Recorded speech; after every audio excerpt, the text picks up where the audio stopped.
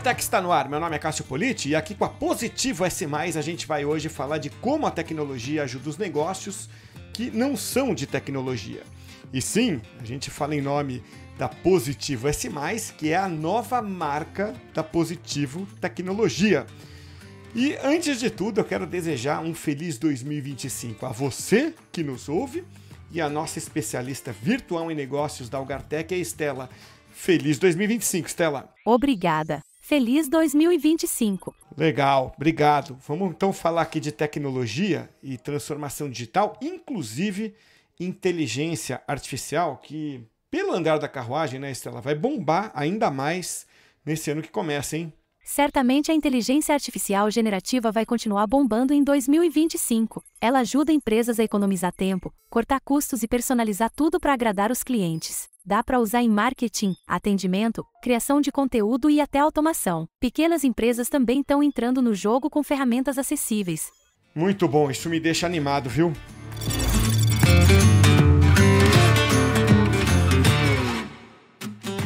E para o bate-papo de hoje, eu tenho a honra de receber aqui no nosso podcast, abrindo o calendário de 2025, o Rui Júnior, que é diretor de Procurement para IT, UTI e Corporate Services da América do Sul, da Bunge, que é uma empresa multinacional bicentenária, oriunda dos Estados Unidos, atuando hoje aí no mundo todo, que faz o trade de grãos.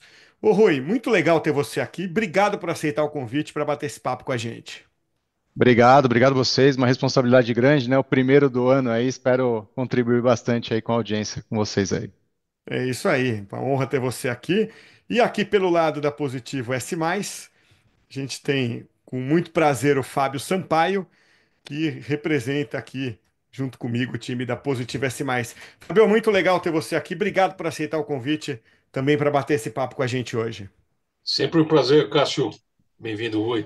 Obrigado, Sampaio. Vamos lá, então. Vamos falar aqui um pouco sobre a aplicação, né, de tecnologia, né? Porque está em todo lugar, né? No mercado, de uma forma em geral, e aí eu não estou falando de Bung especificamente, queria ver tua visão, Rui, do mercado como um todo, né?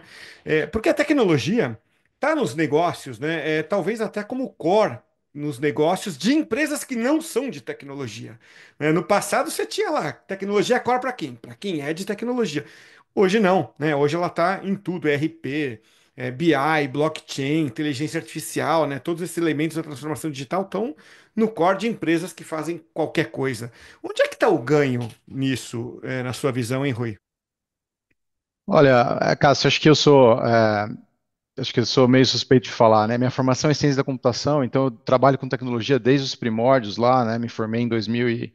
Putz, isso vai dedurar minha idade, né? 2001 eu já era formado. Então eu venho acompanhando essa evolução, né? Desde trabalhei anos na IBM, dentro de serviços, implementando projetos em diferentes clientes, diferentes indústrias, e pude acompanhar essa evolução, né? Então antes, né, quando as empresas estavam implementando o client server, que a gente chamava, né, onde o poder computacional ele era centralizado em um lugar, né, grandes data centers, né, o custo era muito caro. Poucas empresas tinham acesso a grandes tecnologias, né? E propriamente aos ERPs aí que comumente a gente conhece hoje em dia, né? Então isso veio evoluindo ao longo dos últimos anos e aí a tecnologia ela foi, digamos que de uma maneira popularizada entre diversos setores de diversas empresas e níveis diferentes. Então hoje uma pequena empresa uma empresa familiar, hoje ela tem acesso a uma tecnologia que há 10 anos atrás somente uma multinacional tinha acesso, né? Eu digo porque eu vivi isso lá atrás, prestando serviço em grandes clientes, e hoje eu vejo como a computação, né, a tecnologia em si, não só falando de IA, mas bem antes disso, né, há muitos sistemas SaaS, né, Software as a Service, que a gente tem hoje, de gestão de projetos, o próprio pacote Office, que antigamente era aquela coisa que você tinha que instalar o CD, tinha que ter a chave. E caro pra Isso caramba, né? caro, né? As Tinha muita empresas não conseguiam fugir, pirataria. as pessoas ainda pirateavam porque era muito caro, mas as empresas não, né? Exatamente. Então, assim, era difícil, né? Então, eu acompanhei toda essa curva. Hoje em dia, hoje o SaaS, né, essa possibilidade de você ter a subscrição ajudou muito, né? Eu vejo a pequena, média empresa, empresa familiar, a ter acesso a um nível de tecnologia próximo ao que, que uma empresa de grande porte tem, obviamente, dado a sua devida proporção. Obviamente que você não vai instalar um SAP super robusto, gastar desprender de uma grande quantidade de investimento para a implementação de um ERP numa pequena empresa. Mas é fato, eu acho que a tecnologia veio, eu acho que a pandemia, ela, querendo ou não, ela forçou, entre aspas, muitas empresas a migrarem para modelos, não estou dizendo nem trabalhar remoto, mas é, para focar num ambiente mais mobile. Eu mesmo eu tinha clientes que não assinavam contratos digitalmente. Você pode imaginar, imagina, eu era vendas, então eu tinha que ficar ali esperando o cliente para assinar um contrato fisicamente para levar para a empresa, para dar entrada dentro do nosso sistema e buscar. Hoje em dia, né, hoje tem várias plataformas de assinatura que dão uma tranquilidade, uma simplicidade para esse modelo, né, para esse modelo de assinatura eletrônica. Então, esse é um exemplo. Eu acho que a tecnologia ela é presente, ela foi evoluindo ao longo do tempo e agora a gente está numa nova revolução, digamos assim, né? Passamos por várias, né, na mesma época que tinha o e-commerce, né? Tudo era e-commerce uma época, e depois veio o cloud computing, sendo que a gente já utilizava Hotmail, Gmail, já existiam já plataformas que eram utilizadas há tempos por várias pessoas, que não se falava que era cloud, mas no fim era tudo já hosteado em cloud. Então a inteligência artificial ela veio, eu acho que hoje dentro do celular a gente tem recursos que trazem para o pequeno e médio empresário uma possibilidade de gestão, controle e a possibilidade de crescimento e acompanhamento do negócio utilizando recursos que estão ali de fácil acesso e com um preço acessível também para ele. Só um exemplo aqui, a gente fala muito agora de inteligência artificial, de automatização, e eu tenho um exemplo de um professor da minha formação que ele nos trouxe um exemplo é, onde as pessoas simplesmente vêm, observam a automatização como é, toda a salvaguarda para as estruturas. Eu quero dizer o seguinte: existe um processo já criado e as empresas simplesmente implementam uma automatização em cima de um processo que já está criado e eventualmente não observam se aquele é o melhor caminho, né? E que a gente pode cair aí realmente numa armadilha.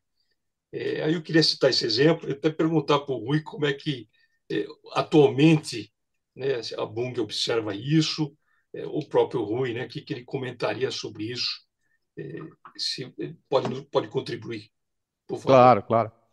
Não, boa questão. Eu acho que, e aí de vivências passadas também, né? Quando você tem uma necessidade de implementação de uma automação, uma revisão de processo, é, eu acho que a leitura são sempre os três pilares, né? Então, é tecnologia, processos e pessoas, né? Se você olha só para a tecnologia, fatalmente você vai entrar num problema cedo ou tarde de implementação ou de adoção do que você está implementando, né? Afinal, as empresas são feitas de pessoas, né? Então, é necessário fazer, obviamente, além de um estudo de qual ferramenta implementar para fazer uma solução de algum problema, né? Geralmente é isso. A automação ela vem trazer uma eficiência para uma determinada área, né? Ou determinadas áreas, um conjunto de diferentes departamentos. Mas para isso acontecer, a gente tem demanda, a gente tem várias empresas que fazem isso, né, no mercado, que fazem esse tipo de serviço, implementação.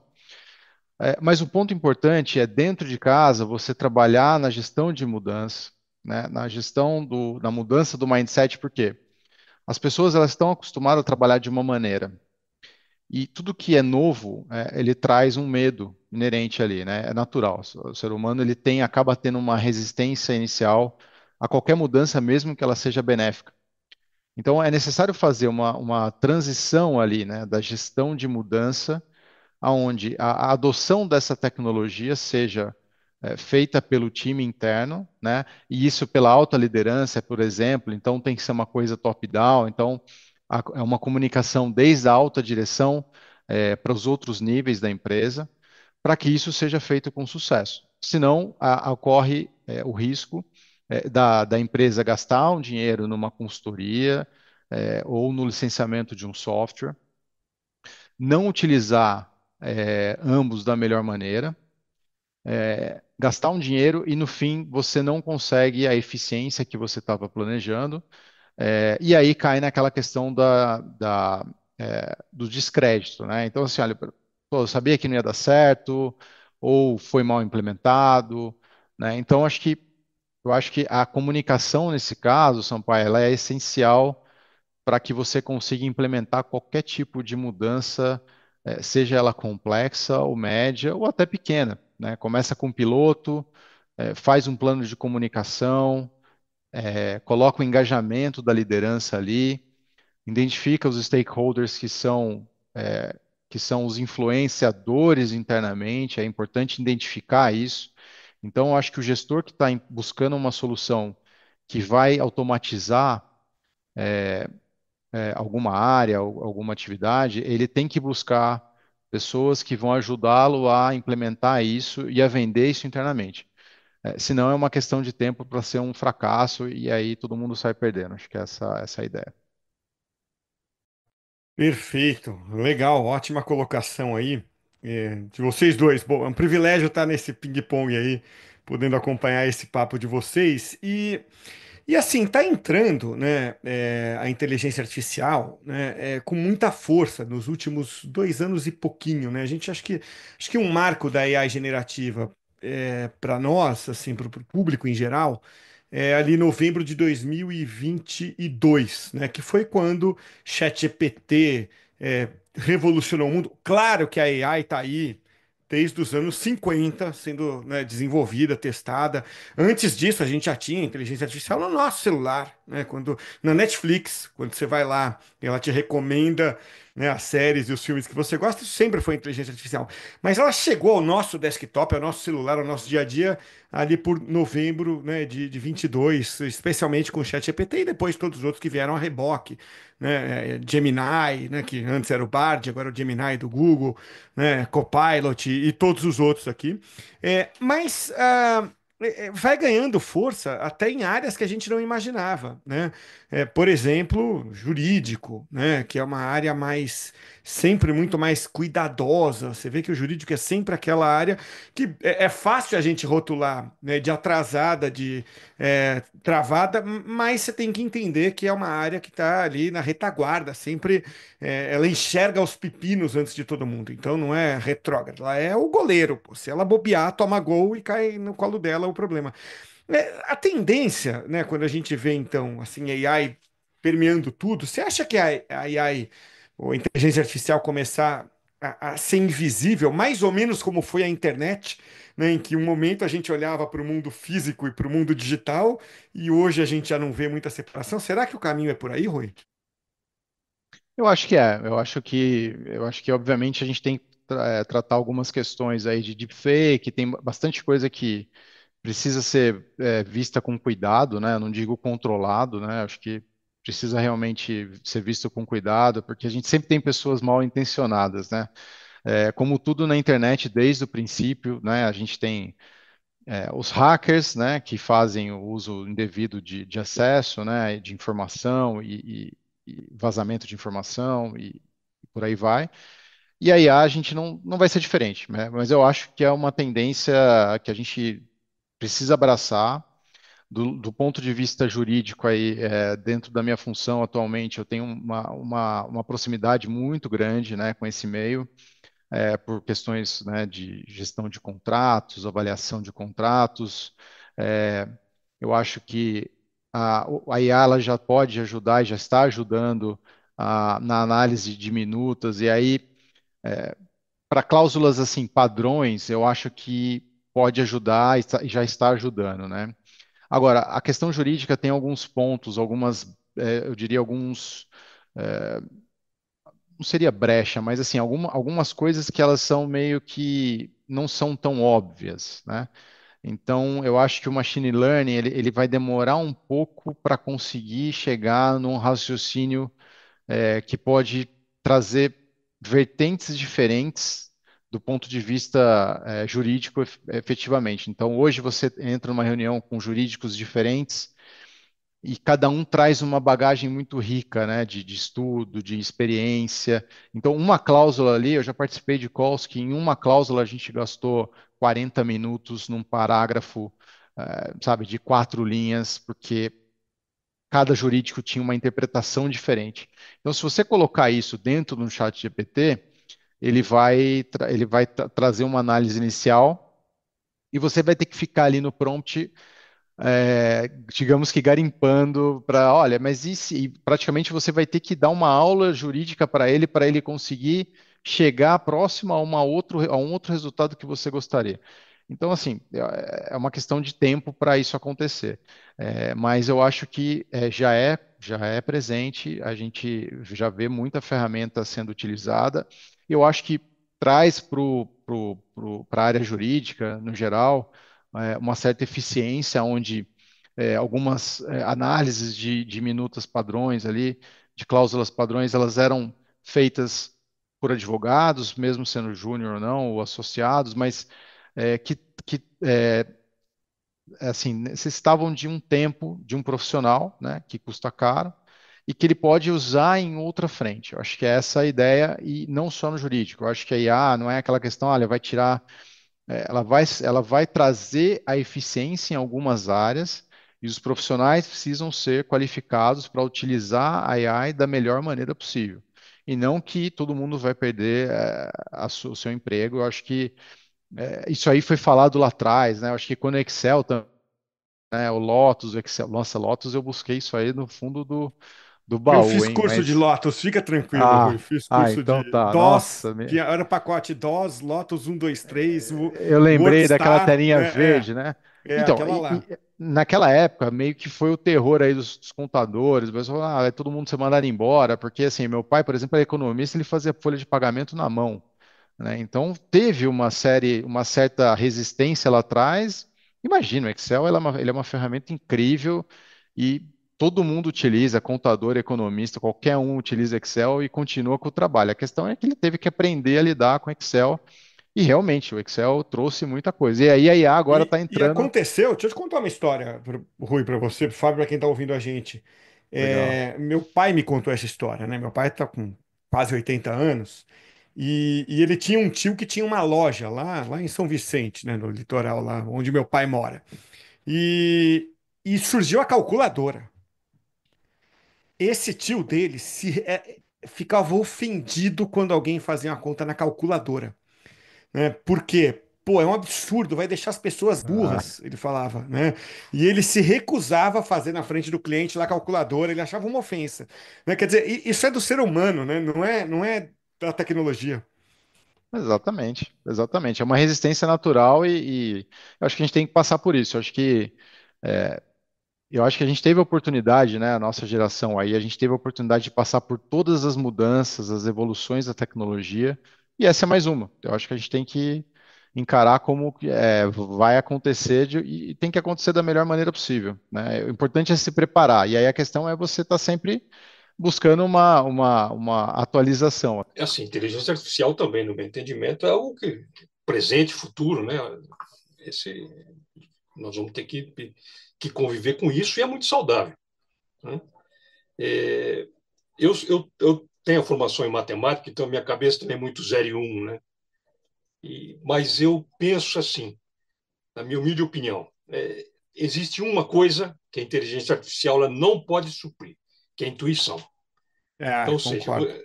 então você usa a inteligência artificial para te dar um norte, mas sempre no final, quem vai bater o martelo naquela decisão tem que ser o ser humano. Né? Então, só um comentário assim, que a gente não pode colocar todas as nossas fichas numa decisão que uma inteligência artificial nos coloque. Né? A gente tem sempre que ali fazer o nosso comentário em cima disso. Era Com esse. certeza, com certeza. Perfeito. Eu venho participando de finalizei uma certificação de conselheiro, né, como plano pessoal de carreira. E esse é um tema que a gente vem debatendo bastante, né? Então, assim, até que ponto vai isso, né? Então, assim, eu acho que a gente não está no momento de falar nisso nesse momento. Eu acho que tem bastante coisa ainda para acontecer, né? Mas eu concordo, Sampaio. Eu acho que a parte principal aí é que o discernimento humano, ele é único, né? Então, por É o mais que a caso que gente você fique... falou, Rui, do jurídico. Quando você Exato. vai lá fazer o trabalho repetitivo, né, de pegar cláusulas ali comuns e, ah, digamos, meio óbvias, né, pelo menos num contrato mais simples, né? Cara, para que parar um advogado para isso, né? Agora, perceber brechas, riscos num contrato ainda vai muitas vezes cair na experiência, na intuição de um advogado. É por aí, né? Sim, sim. E isso não vai ter fim, eu acho. Acho que a gente vai precisar continuar tendo o bom senso, o discernimento do ser humano, né? Então, a questão é só como o ser humano utiliza isso, com a IA, né? Então, acho que isso sim é uma coisa que a gente precisa pensar, e não se limitar, né? Então, mas assim, a, a, a maioria das ações de liderança, de gestão, vai além do que a IA entrega, né? A IA ela não vai conseguir ir nesse patamar que a gente necessita, né? Então, como eu falei, as empresas são feitas de pessoas, né? A IA ela não vai conseguir fazer ela pode até, com base no input que você coloca no prompt lá, falar o seguinte: olha, meu funcionário ele está atuando dessa maneira e eu preciso fazer uma reunião de feedback. Ela vai te responder de uma maneira teórica. Então, ela vai pegar o que ela busca dentro de informações dentro do banco de dados e vai trazer uma série de boas práticas ali, que são coisas que tem na internet, né? Agora, você sentar na frente do funcionário, olhar no olho dele e entender algum momento que ele está passando, isso aí não vai conseguir fazer nunca. E é isso que a gente não precisa ter medo. Eu acho que tem um limite ali. Então, acho que assim, se eu puder falar aqui, eu acho que a parte de gestão de pessoas é única. É uma coisa que não vai conseguir, assim, ela pode ajudar em algumas coisas, mas não substituir a gestão. E sem gestão a gente não consegue ter nada, não adianta nada, assim. A gente precisa de pessoas minimamente para fazer, para tocar o dia da empresa, mesmo com automação, mesmo com robô, mesmo com IA, você precisa de pessoas, você precisa das camadas de analistas, de gerentes, de coordenadores, de diretores, de VPs. E para fazer a gestão de tudo isso e conseguir entregar o resultado lá, se a empresa for de capital aberto para os acionistas, né, ou se for capital fechado, ela precisa de pessoas. E a gestão ela vai além do que tem de IA por aí. Então acho que a gente precisa focar realmente no que for operacional, no que for repetitivo e estar preparado do ponto de vista gestão, né, para conseguir tocar o dia a dia ali usando a IA como um suporte. É, é isso aí. E queria tocar num outro ponto com você, Rui, que em relação à segurança da informação, né? Que é uma outra preocupação, porque ela se desenvolveu demais, né? Sim. Nos últimos anos, especialmente no Brasil, porque os criminosos também se desenvolveram demais, evoluíram demais, né? Uma coisa curiosa, falou que você é de tecnologia, eu dou minhas cacetadas também em programação, né? Python, PHP, mas eu fiquei uns 7, 8 anos distante, assim, sei lá, ali entre 2013 até 2020, 20, não, 22, 2015, 2022, eu fiquei sem nenhum projeto que eu precisasse me envolver. E aí, quando eu voltei, eu falei, pô, deixa eu dar uma atualizada aqui, né, fazer um curso, alguma coisa, para ver se mudou alguma coisa, porque sempre vem versões novas das linguagens. Cara, não tinha nada a ver com versão, o problema. O que mudou nesse intervalo foi que existia uma orientação, uma precauçãozinha com segurança, né, em 2015, já crescente, claro, que já existiam fraudes e tal, então ela estava começando. E agora não, agora é toda orientada para fraude. Você programa, o desafio não é mais programar, ainda mais com inteligência artificial agora. O desafio é você antever como é que vão invadir aquele sistema, né? Quer dizer, então É, é uma guerra ali, né? Igual sempre foi do vírus do antivírus, né? é À isso aí. medida que o antivírus evolui, o cara do vírus evolui mais. E eles vão sempre apostando numa corrida que não acaba nunca, né? Agora, um ponto de vulnerabilidade continua sendo o ser humano, né? Você pode ver mais ou menos como uma portaria de prédio. Uma vez eu conversei, né, com o dono de uma empresa dessa de segurança patrimonial. Ele falou, cara, a gente põe tecnologia, põe, né, sabe, todo aparato técnico lá. E onde que ainda o ladrão invade? É na falha humana, ou do porteiro ou do morador, que às vezes não quer se submeter a um processo obrigatório, né? É. Empresa é mais ou menos isso, né? A segurança, ela não cobre, às vezes, a falha humana, né? Não, não. E esse é um assunto realmente é muito crítico, né? Eu venho de empresas multinacionais aí ao longo da minha carreira e é impressionante como as empresas elas vêm investindo muito forte em treinamento interno, como você disse, né? A porta de entrada geralmente é, é dentro de casa, né? Às vezes o hacker fazendo engenharia social, né? Colocando os phishings ali por e-mail, é, ou a pessoa acaba compartilhando uma informação interna da empresa. Eu acho assim, eu acho que a chave aqui, Cássio, Sampaio, eu acho que a chave aqui é comunicação, né? E não tem muito e treinamento, né? Eu acho que é conscientização, acho que seria a palavra correta, né? A partir do momento que o funcionário, independente da empresa que ele trabalha, tá? Pode ser uma empresa de 100 funcionários, de 5.000, 10.000, ele tem que entender a importância do papel dele com a segurança da informação, né? E aí a segurança, por muitas vezes física, né? Ao entrar na planta ou no escritório, ou com a segurança da informação digital, né? Então são essas duas coisas que são críticas aí. A parte física eu acho que tem monitoramento, câmera, acho que é mitigado de uma maneira mais fácil. Mas eu diria que a segurança digital ela é muito crítica, porque hoje em dia, com o advento aí das redes sociais, e do compartilhamento de informação, as pessoas elas precisam ter a real noção do quais são os limites, né, do que ela pode e o que ela não pode compartilhar do ambiente corporativo, né? Então, independente da função dela, do nível hierárquico, do nível de informação que ela tem da empresa, ela está dentro da empresa. Então, ela tem já mais informação do que qualquer outra pessoa que não está na empresa. Então, eu acho que a chave aqui é a comunicação, é a conscientização, e o papel do líder, nesse caso, independente de novo da estrutura, do tamanho da empresa, é dar o exemplo, né?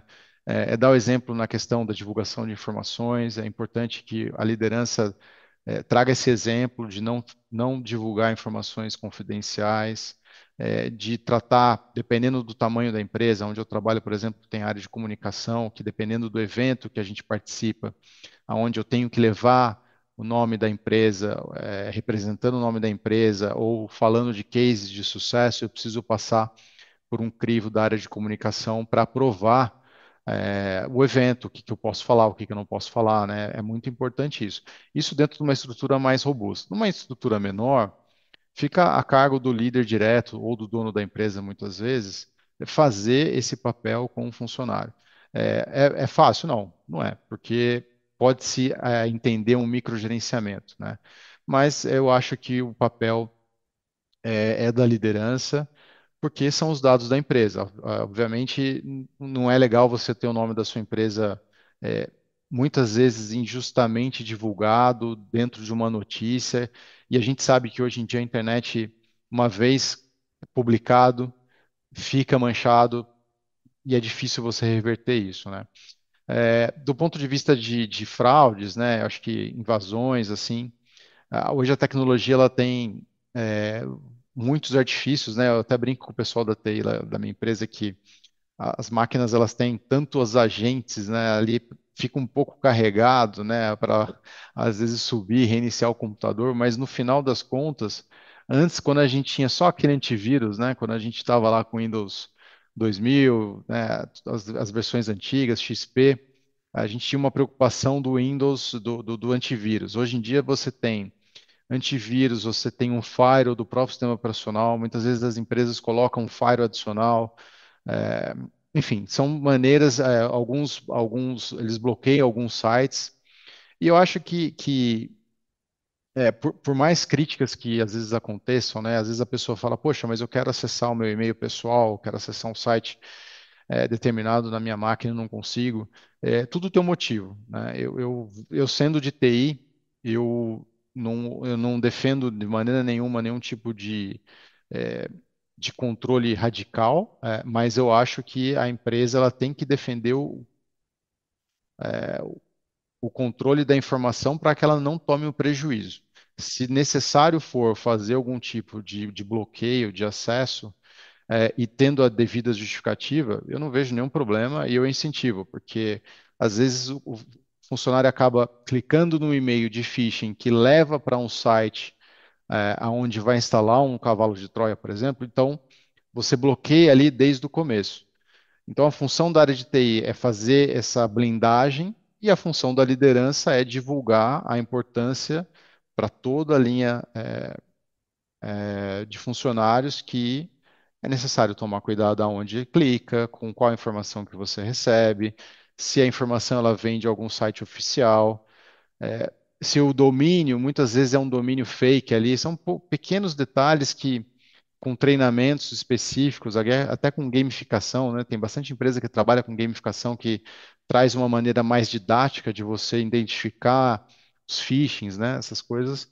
Eu acho que são ferramentas que são necessárias e a gente realmente tem que tomar cuidado mesmo. Eu acho que a informação da empresa é um ativo muito valioso e precisa tomar cuidado. E Rui, Cássio, até complementando que vocês disseram, né? Muito rico.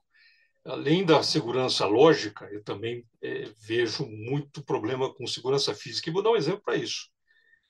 Algumas empresas, muitas delas ainda mantêm seus próprios servidores dentro de casa, né, criam seus próprios data centers dentro de casa e não deixam ninguém chegar perto, não deixam ninguém chegar perto da sala, porém entregam a chave para um agente terceiro que não se sabe como ele foi escolhido para aquela função. Me parece bastante antagônico isso, né? Então, ou seja, também nos é um desafio grande proteger também esses equipamentos contra sabotagem, contra roubo, etc. Então, assim, a gente fala muito dos nossos usuários, né? Bloqueia dos firewalls, etc.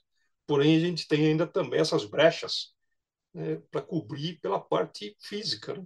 Como resolver isso, né, também é um grande desafio também, não?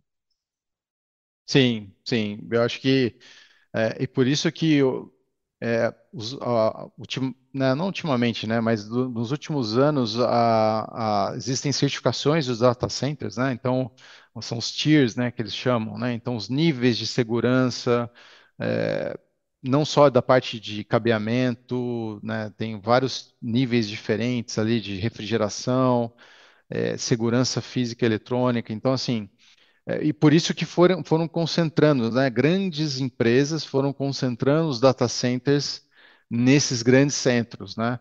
É, inclusive, acho que a Algar é um deles, acho que, não sei se ainda tem, mas eu sei que era bem conhecido, é, justamente por isso, né? Para trazer uma segurança física para o cliente ter certeza que ninguém vai conseguir ali de uma hora para outra entrar, né? Entrar com um carro dentro do data center, roubar servidor.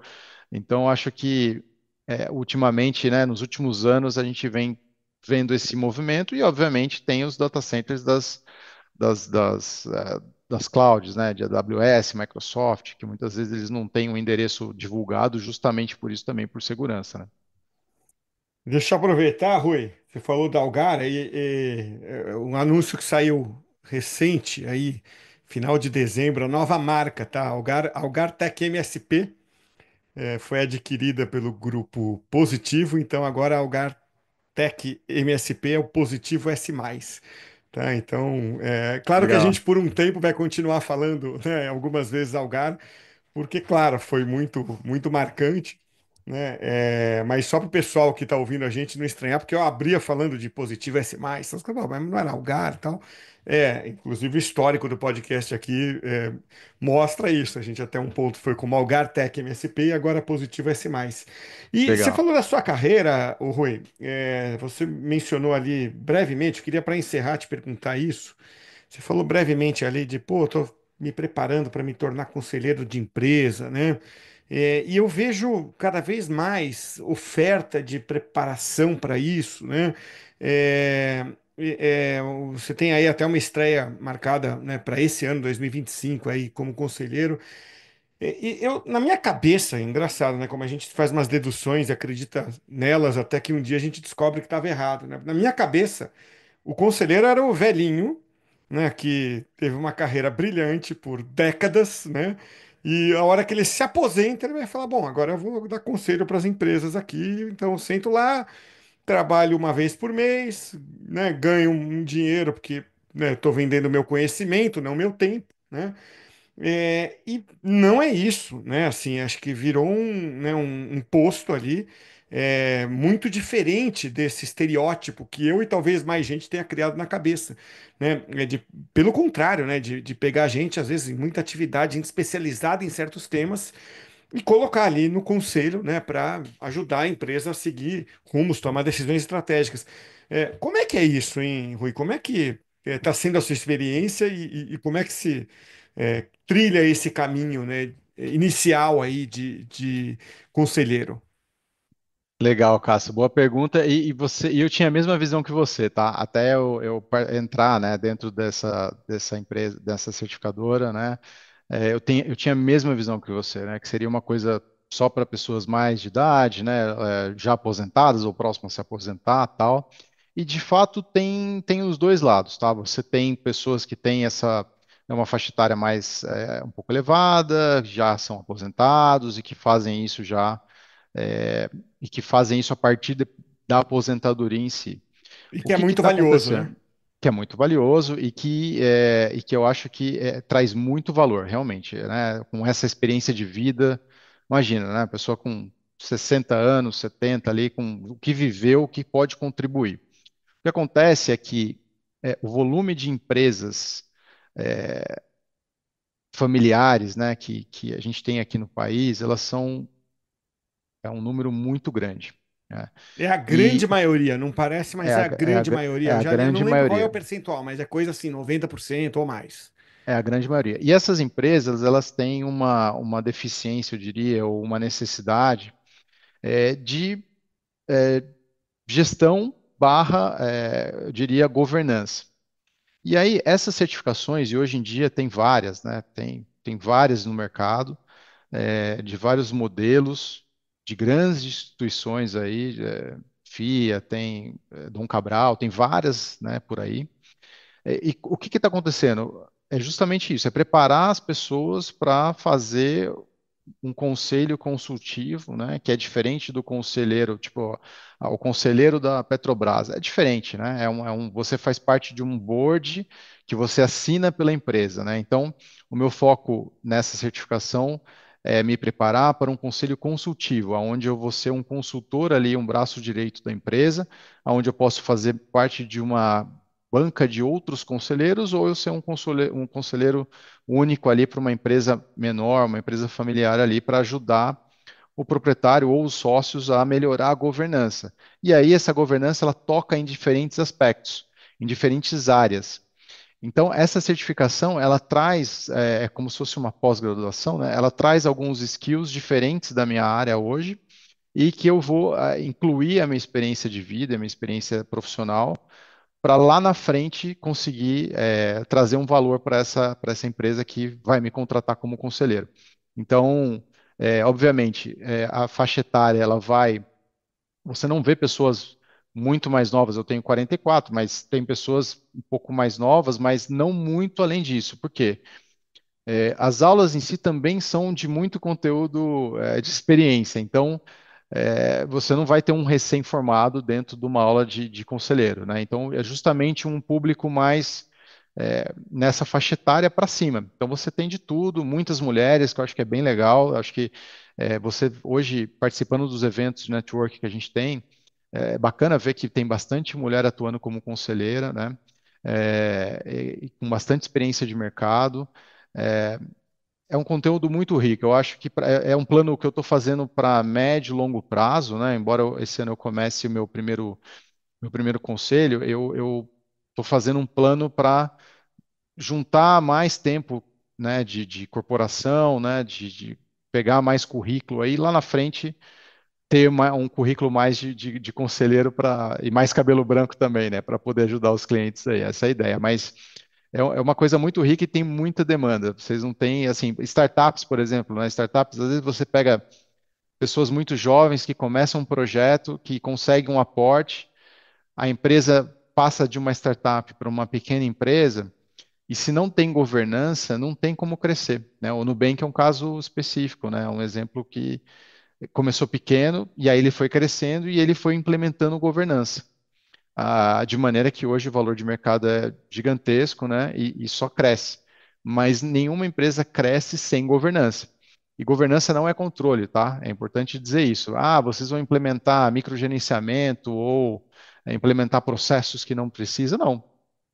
É justamente trazer um nível de governança que é aplicado para aquele determinado tamanho da empresa. É o mínimo.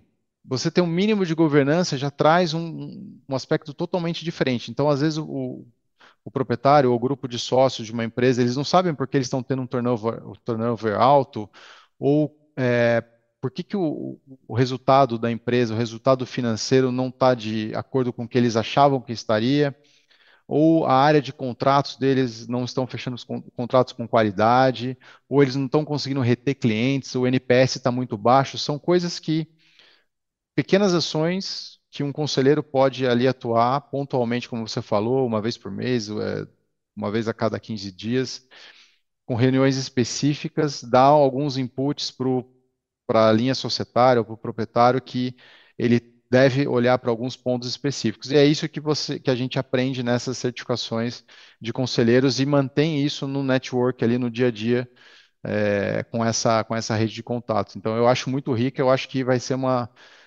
não é uma tendência, já é uma realidade, essa necessidade de você ter profissionais preparados para ajudar as pequenas e médias empresas a terem um nível de governança que traz, né, para trazer um nível de tranquilidade aí.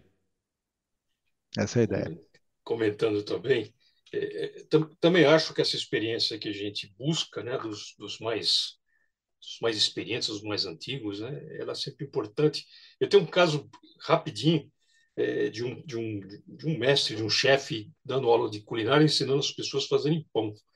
Ou seja, as pessoas repetem exatamente a mesma receita daquele mestre, daquele chefe. Só que o pão que essas pessoas produziam não ficava com a maciez com que esse mestre produzia. E era a mesma receita.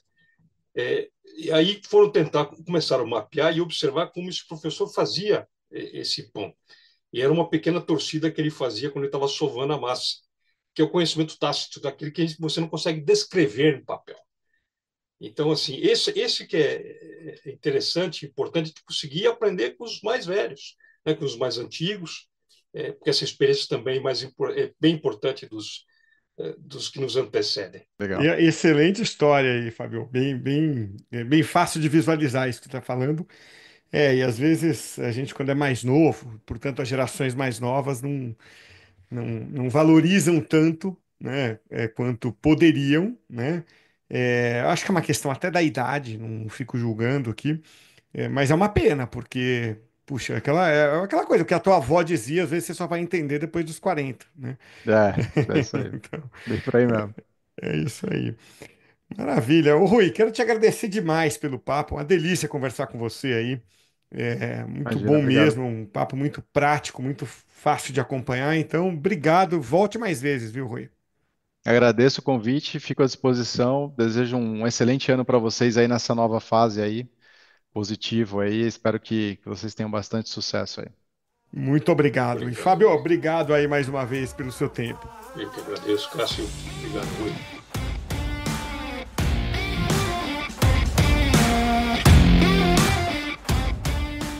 Muito bem, vamos chegando então ao final aqui do Think Tech de hoje com a Positivo SC+. E, Estela, a gente falou em algum momento ali, né, da adaptação, da adaptabilidade das pessoas às mudanças que a tecnologia impõe. Eu fico pensando aqui se quem é resistente à tecnologia, como o Rui mencionou em certo momento, acaba correndo o risco de ter dificuldades no futuro. O que você acha? Sim, quem resiste à tecnologia pode enfrentar problemas no futuro. Isso afeta o mercado de trabalho, acesso a serviços digitais, conexões sociais e aprendizado contínuo. Se adaptar é essencial para se manter competitivo e conectado. Com mente aberta, sempre é possível aprender e evoluir. Concordo com você. É isso aí então. Think Tech de hoje fica por aqui. Até a próxima, hein?